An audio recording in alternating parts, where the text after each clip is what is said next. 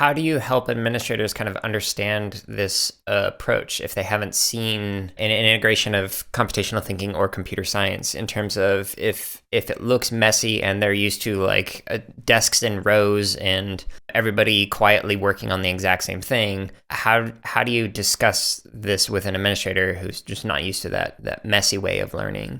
So my two biggest successes on that, one was having a group of high-level administrators have a problem to solve using a simple robot, and they had to work together to solve this problem.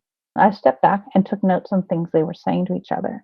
And when they were done and they had finally been successful with whatever the task was, we sat down and talked about the thinking they had to do.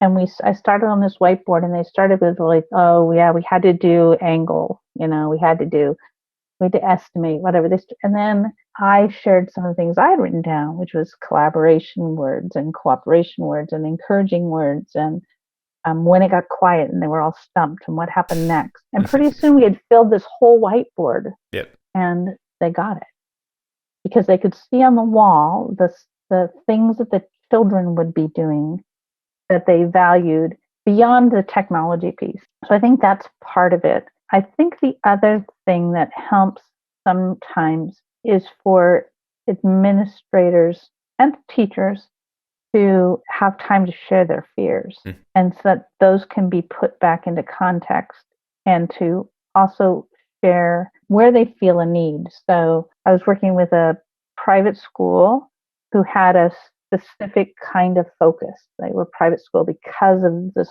cultural focus that they had.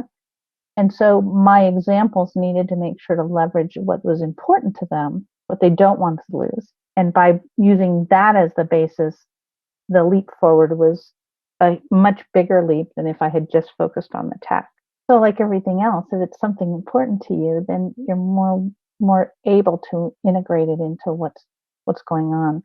So in that particular case, it was a room full of teachers from this private school who embraced the task they had because it was related to this very high cultural need or interest they had. And so the technology faded into the background and was just a vehicle, yep.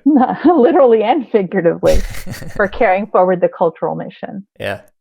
Yeah, I think both those examples are brilliant. Tying it into the school values and expectations and whatnot is great. And anytime you can get an administrator engaging in what kids are doing, I mean, that's wonderful. I was fortunate in that I had a couple of principals who would do that. They'd come in and sit in my class and they'd engage in whatever the kids were doing. They wanted to learn alongside them, and they got a lot out of that experience. Yeah. And that's good that they got out. I know that their days are just as busy as teachers' days. Yeah. And it's hard. Someone asked me once if I could wave a magic wand, what would be one change in education? What my one change might be that every school board member, everybody who works in a school district has to spend one day a month in real classrooms. Because everybody learns from that. Yep. And if we mandate it, then everyone from the people who are cleaning the school, the people who are feeding the children, to the head of school, to the school board members, the benefactors, because that's where it shines. It's in the eyes of the children and what they're doing and what the teachers are doing to encourage. That's really, I think, where the power